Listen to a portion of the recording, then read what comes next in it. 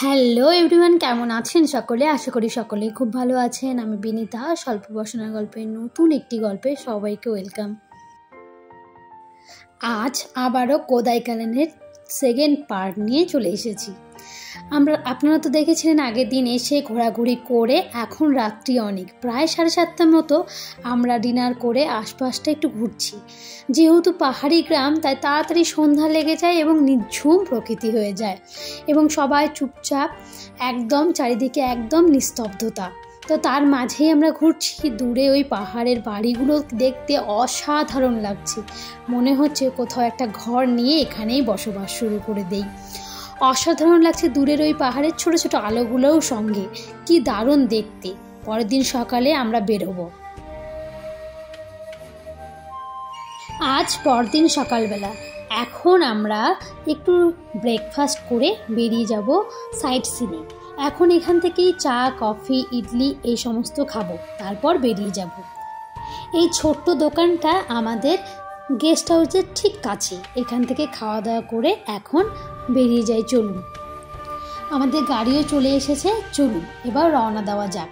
আজকে সারা দিনটাই বাইরে কাটানো, মানে সাইডে যা যা আসে সব কিছু দেখবো। আজ অনেক কিছু আপনাদের সঙ্গে শেয়ারও করব এবং কোদাইকানালের সুন্দর কিছু একটা গ্রাম, সেটারও কিন্তু সাক্ষাৎ আজ হবে।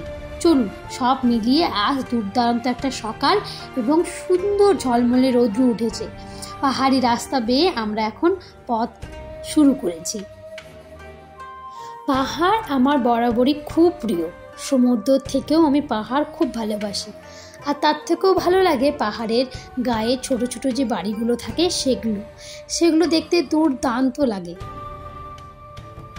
তবে উত্তরবঙ্গের পাহাড় আর এই পাহাড়ের মধ্যে একটু ভিন্নতা তো রয়েছে আমার মনে হয়।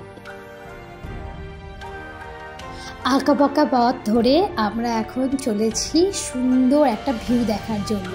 পাশ দিয়ে সুন্দর পাহাড়, সঙ্গে গাছ, প্রকৃতি, অসাধারণ অভিজ্ঞতা, আর সঙ্গে সুন্দর পাহাড়ি গান, এই সব মিলিয়ে দুর্দান্ত এক অভিজ্ঞতা। এখন আমরা চলেছি, দেখুন সামনেও অনেক গাড়ি, সবাই বেরিয়ে পড়েছে এখন সাইট সিনে। আর আজকেই কিন্তু আমাদের লাস্ট ডে, মানে আজকে দিনটা কাটালে এবং রাত্রি কাটালেই পর দিন আমরা চলে যাব। তবে সমস্তটা হয়তো একটা ব্লগে আপনাদের সঙ্গে শেয়ার করতে পারবো না, তবে সমস্তটাই শেয়ার করব আপনাদের সঙ্গে। যাওয়ার পথে মিলেছে সুন্দর পাইন ফরেস্ট, যা দেখতে অসাধারণ লাগছে। সেই পাইন ফরেস্টের ভেতরে আলোর ছটা, মানে সূর্যের আলো যখন পড়ছে, আরও অসাধারণ সুন্দর লাগছে। কোথাও একটা জায়গায় দাঁড়াতে হবে এবং সুন্দর এই প্রকৃতিকে অনুভব করতে হবে। উত্তম কুমার এবং সুচিত্রা সেনের সেই গানটা বরাবর আমার খুব প্রিয়।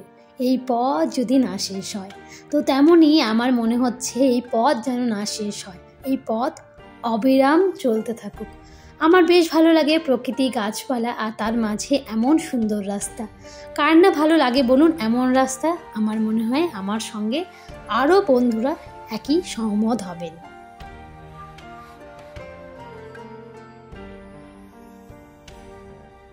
চলুন এখানে একটু দাঁড়ানো যাক এবং দাঁড়িয়ে এই সুন্দর প্রকৃতিকে একটু অনুভব করি, সঙ্গে কিছু ছবি তুলি এবং আপনাদের সঙ্গেও শেয়ার করি।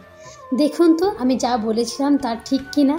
সুন্দর পাইন ফরেস্ট, তার মাঝখান দিয়ে আলোর ছটা ঢুকে চারিদিকটা যেন ঝলমলে করছে, মানে একটা আলাদাই সুন্দর সৌন্দর্য। এখানে সবাই ছবি তুলছে এবং ক্যামেরাবন্দি করছে এই প্রকৃতিকে। আমার তো খুব ভালো লাগছে, আশা করি আপনাদেরও খুব সুন্দর লাগছে।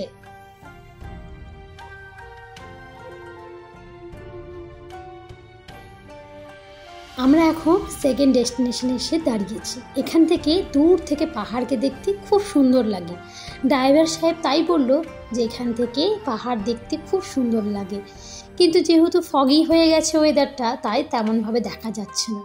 তবে যতটুকু দেখা যাচ্ছে আর অনুভব করে বোঝা যাচ্ছে যে জায়গাটা অসাধারণ। শুধুমাত্র একটু ফগি হওয়ার কারণে পুরোপুরিটা দেখা যাচ্ছে না, তবে যতটুকু দেখা গেছে তা অনবদ্য। আজ তবে আসি, নতুন ব্লগে আবার দেখা হবে খুব শীঘ্রই। ততক্ষণের জন্য সবাই ভালো থাকবেন, সুস্থ থাকবেন, সাবধানে থাকবেন। নতুন ব্লগ খুব শীঘ্রই আসছে। Tata bye bye. Please subscribe করবেন আমার চ্যানেলটিকে।